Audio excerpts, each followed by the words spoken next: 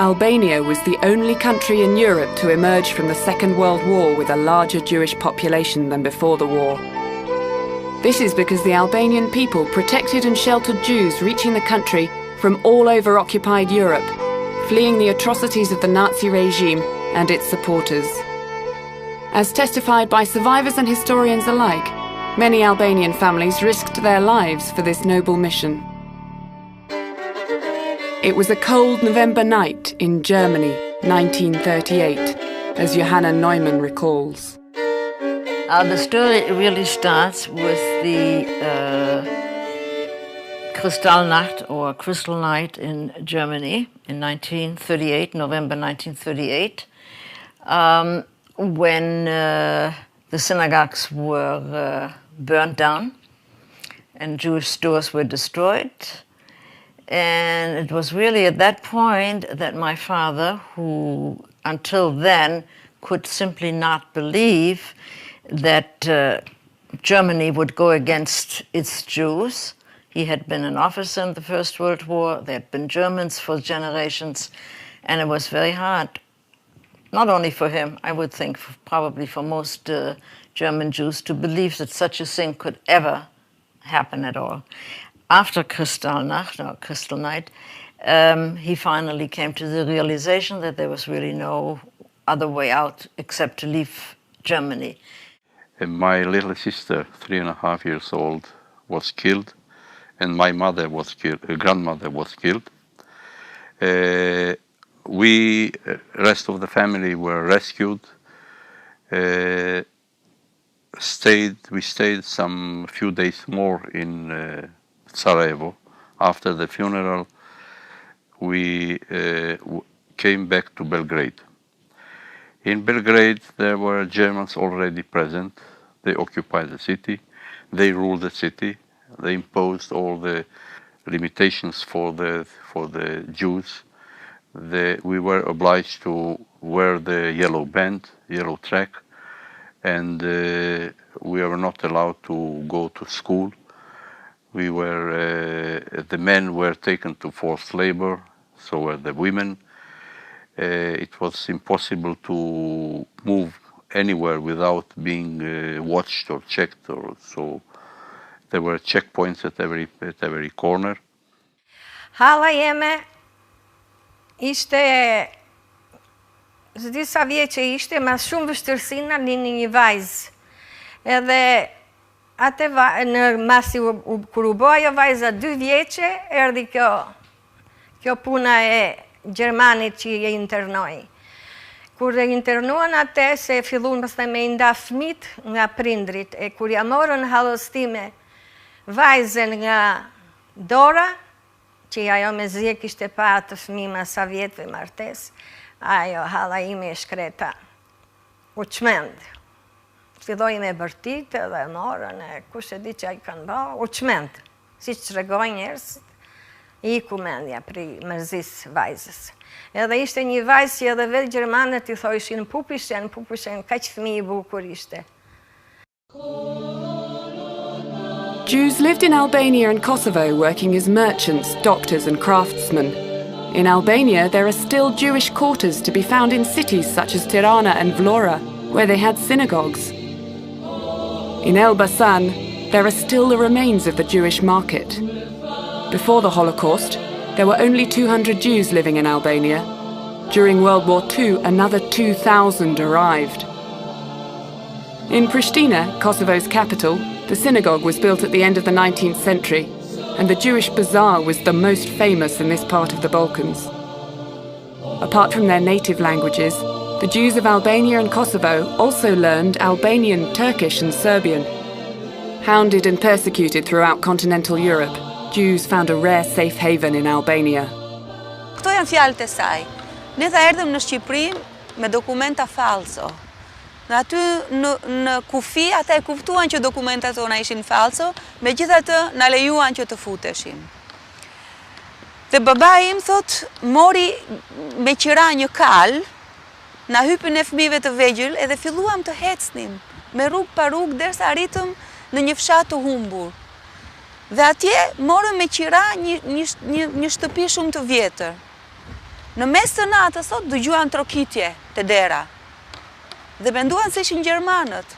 Na hiku gjaku, menduam që ky ishte fundi. Megjithatë e hapën derën dhe pan aty një fshatar me gomar. Ai fshatari, o malsori, ju hodhi një thes me miell dhe pa thënë asnjë fjalë, hiku u zhduk në errësirë. Dhe unë tha, ai thesi me miell na shpëtoi jetën. Dhe kjo gjë na ka ndodhur gjatë gjithë kohës që kemi jetuar në Shqipëri. I mean, whenever a person in need would knock to a door of a villager in the middle of the night, and he would see that there is a family who needs help, he would bring them in, feed them, give them their bed, and shelter them, and calm them down. You'll be sure that, rest assured that something first will happen to me. They will first kill me, and then they will touch you. These were the words that every one of us heard. Ikëm prej Mitrovice në Prishtinë. Na ndihmoi një familje kosovare që unë isha 10 vjeçë, atëherë unë nuk e mbaj mend as emrin as kur gjë. Na çoi në një nga fshatrat e Kosovës. Atë kam parasysh gjithmonë ato ulurimat e qejve, ajo dbora në kam me ec. Ishte vështirë shumë, po njeriu qa nuk ban për të shpëtu kokën. The London newspaper, Jewish Daily Post, wrote on the 14th of July 1935, "It has been a month since the Albanian diplomats in Europe have been implementing the order received from King Zog's government to issue as many Albanian passports to Jews wanting to go and live in Albania." According to the documents of the State Archive in Tirana, the Albanian king, Zog I, invited Jews to come to Albania as early as the 1930s in order to assist the development of the country with their expertise. Most of them obtained Albanian visas, and some were even issued Albanian passports. In 1935, Albert Einstein benefited from Albanian hospitality to transit from Europe to America. He stayed in Durrës for 3 days in the royal mansion and then, equipped with an Albanian passport, continued his journey towards the free world. Orders from King Zog were to the custom officers, whatever, the police at the borders, not to check Jews, just to let them come in. At any rate, we were fortunate to have visas, and as we found out, we were the only ones that had visas. Everybody else had come, indeed, through Yugoslavia on probably vacation, pretenses of being on vacation to Albania. And when we arrived in March, I think it was March 1st, 1939, much to our own surprise, we were received by other immigrants and found out that there were something like about 60 other Jews from Austria already there. During the war, Albania and Kosovo were initially under Italian occupation. The local Albanian government utilised its authority to the maximum by refusing to hand over lists of Jews to the German forces. The Jews found shelter in many Albanian households in cities, but when the threat grew too high from the occupying forces' frequent checkpoints, the Jews would go to the mountains pretending to be local shepherds. According to some, Besa, the Albanian sworn oath, with its duty towards guests, was one of the main reasons Albanians helped Jews in need. Dëgjoja shpesh nga INIT këto historirat e shpëtimit e ebrenjve, po çdo gjë më kalonte kështu afër pranë veshit, sepse për mua më dukej gjëja më e zakonshme. Nëse ti ke një mik dhe ke një shok dhe ti je në rrezik, nuk diskutoj që ai duhet të të shpëtoj.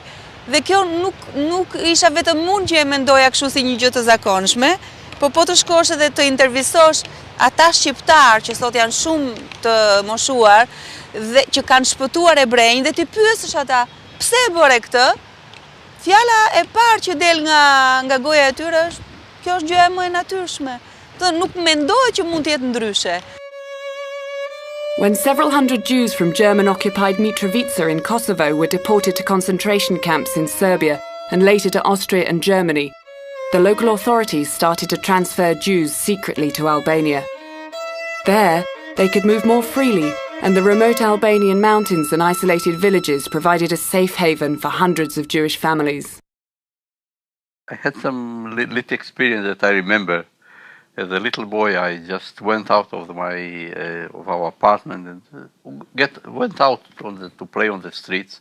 There was a field of wheat out there, and I was intrigued by the beauty of the wheat as it grows. It was big and plump, and so I went down to the field and took a plume of wheat and looked at the grains, how they grow, how big they are. The farmer noticed it, an old man who was on the field, and came to me and said, "You see, we have guests here, and this is why God sent us a very nice crop this year." At the time, the Albanian Prime Minister Mustafa Krya wrote to the successor of the Italian king in Tirana, Francesco Giacomoni, and asked him to help in transferring the Jews from Kosovo to Albania, where they could be more protected. Krya actually went to Giacomoni. Giacomoni is the viceroy in Albania. At this point, he is still in charge. Obviously, the Germans had not occupied Albania yet in 1941. And he went to Giacomoni and he told him, "This is what we're doing. We're distributing these Jews among the Albanian people, etc., gave them papers and names, and so on." And Giacomoni said, "Go right ahead. I will not report this to Rome, and we have done this in some cases ourselves in Italy." On the 5th of April 1942, 100 Jewish families from Kosovo arrived in Berat, Albania, and 195 individuals went to Kavaja, Albania. A number of Jews were placed in Krya, Tirana, Fier, Shijak, Shkodra, and elsewhere, the majority of them being employed in local shops, manufacture, and agriculture. In Berat, 38 Albanian families sheltered about 600 Jews arriving from 1942. From Dalmatia, Montenegro, Serbia, and Macedonia came 350 Jews, and over 400 from Greece. According to the Albanian Kanun, the code of conduct, the Albanian household belongs both to God and the guest. Në një familje shkodrane, që quhet Shaqir Borici, ky ishte bakall edhe ky më pyet mu një ditë, "Po ti më i vajzë, pse merresh me këto biskota, pse i bjen ti këto biskota?" Edhe unë si punë fëmish i diftova të vërtetën që neve kështu jena të ardhur, nuk jena prej këtu, kena ardhur kështu, edhe jena të mshehur nga Gjermani. Ai e mori vesh edhe na ndihmoi shumë, edhe kur kishte nevojë, kur s'kishte nevojë i blente biskotat. Edhe na ka strehu, në kishte shtëpi shkodranëve të madhe në Çardak, edhe kishte një dhomë që e kishte lënë dispozicionin ton, edhe aty rishim si të mshehur, se ato na e mbajshin sekretin, si fëmijë, si një vajzë u bë shoqe me mu, se ishte moshatare me mu, edhe ato na kanë ndihmuar shumë, derisa u çliru vendi, pastaj s'kishim nevojë më me mshef. Ne në shtëpinë tonë kishim edhe një histori tragjike. Motra e babait tim ishte martuar në Korfuz. Korfuzi është një nga ishujt e Greqisë. Ajo ishte një vajzë e re 25 vjeç, ishte martuar me 2 fëmijë të vegjël dhe në korrik të 44-s, do të thënë në prag të mbarimit të luftës, Korfuzi u pushtua nga gjermanët dhe vetëm 7% e komunitetit ebraik të Korfuzit u kthye gjallë nga kampet e përqendrimit. Do të thënë 93% e komunitetit thjesht u zhduk. Ajo ishte një vajzë e re, e bukur, gjyshi im dërgoi dikë nga Shqipëria në Korfuz që t'i thoshte hajde, se ne në Shqipëri kemi miq dhe mund t'jesh e sigurt, dhe ajo i tha që unë nuk mund të vi se buri im dhe familja e burit tim dhe njerëzit të cilëve unë u përkas janë këtu dhe nuk pranoi të vinte dhe dihet fundi i saj tragjik. Do me thënë, e kishim këtë eksperiencë tragjike në familje, por unë personalisht e kuptova këtë gjë vetëm kur erdha në Izrael. In Albania, some of the Jews were provided with personal documents giving them local Albanian names, in order to hide their true identity from the Italian police and military. Yet it must be stressed that the Italians in Albania were not enthusiastic in chasing the newly arrived Jews. This situation changed at the end of 1943, after Italy's capitulation and the arrival of German forces. But by this time, the will of the Albanian people to protect the Jews also grew stronger. Të parët, domethënë ata që ishin më pleq shkuan në prefektur, u takuan me prefektin dhe ai qetësoi dhe I tha, mos keni frikë për asgjë, se në qoftë se marrin juve, do na marrin neve përpara, pasandaj juve. Pra, ndihma e popullit shqiptar, e popullit vlonjat, ka qenë e jashtëzakonshme për neve e brejnët e Vlorës. Again, everybody knew we were Jewish. The Germans were all over the place.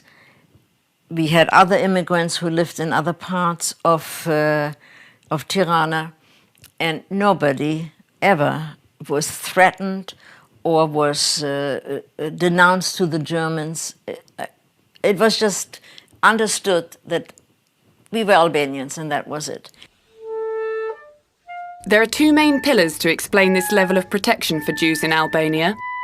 First, it was the Albanian people's solidarity with the Jewish refugees.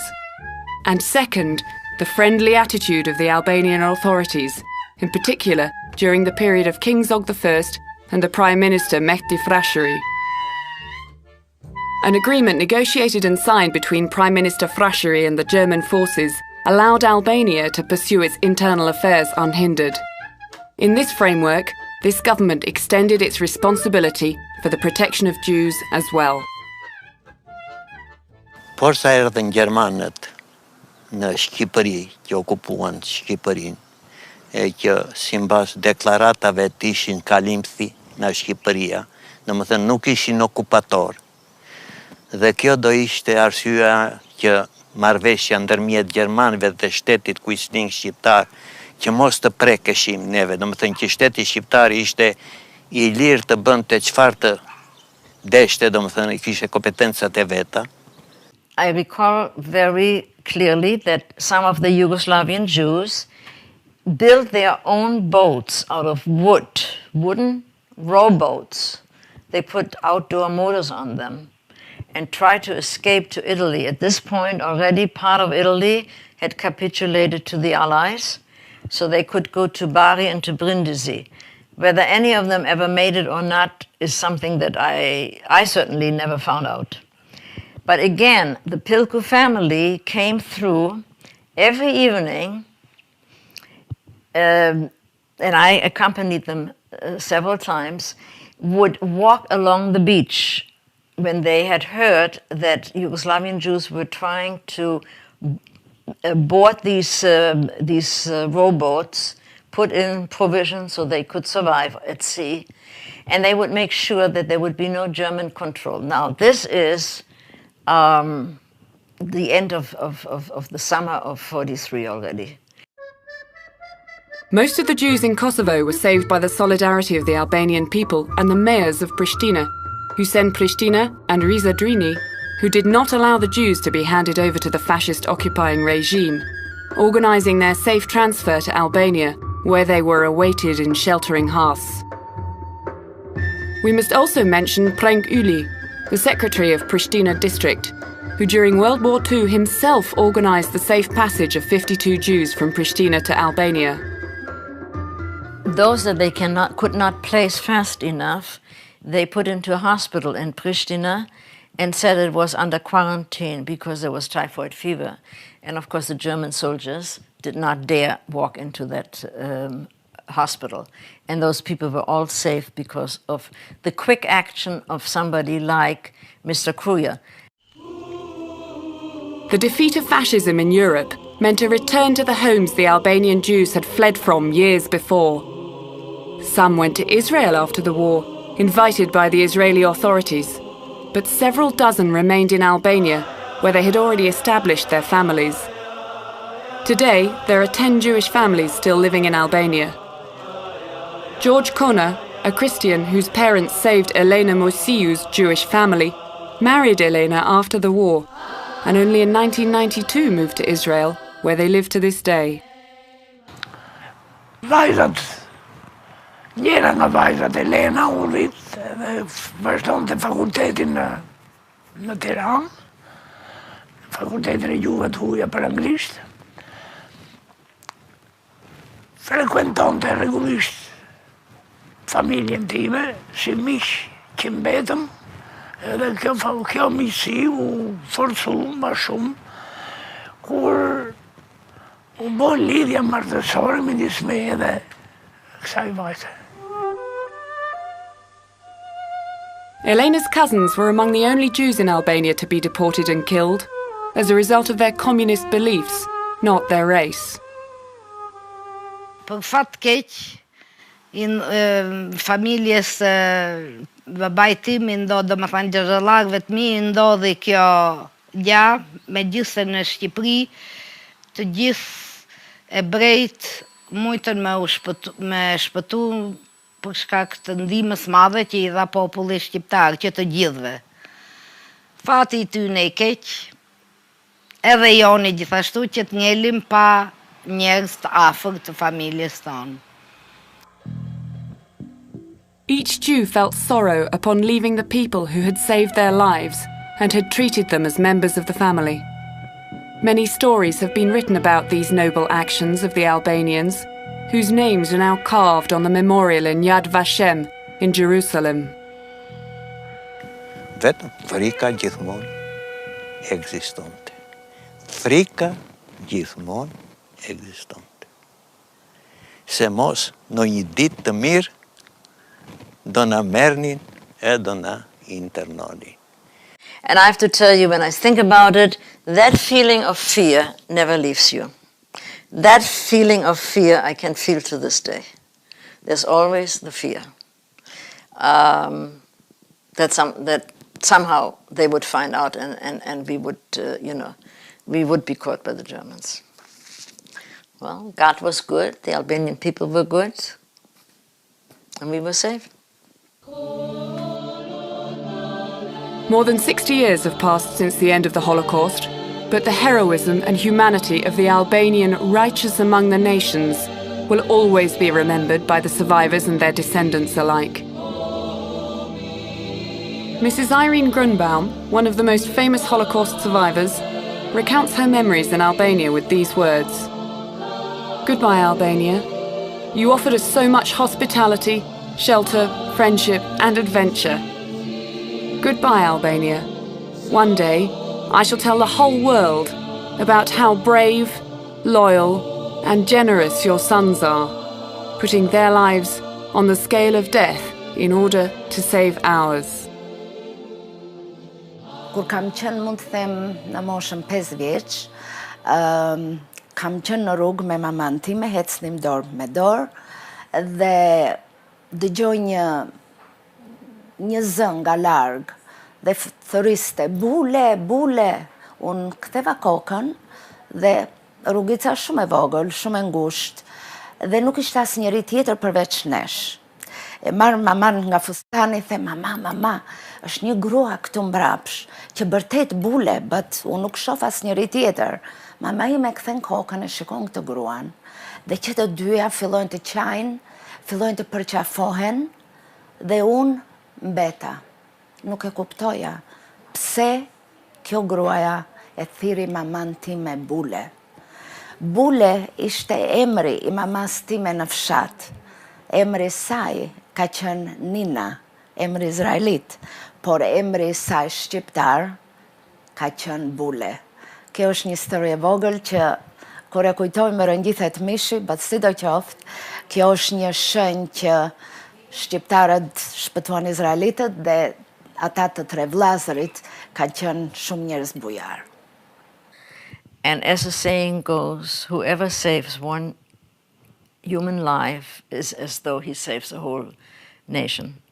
The fact is that if you want to take a picture of what it means to save one life, these are my children and grandchildren and great-grandchild, which wouldn't be here if it hadn't been for Albania.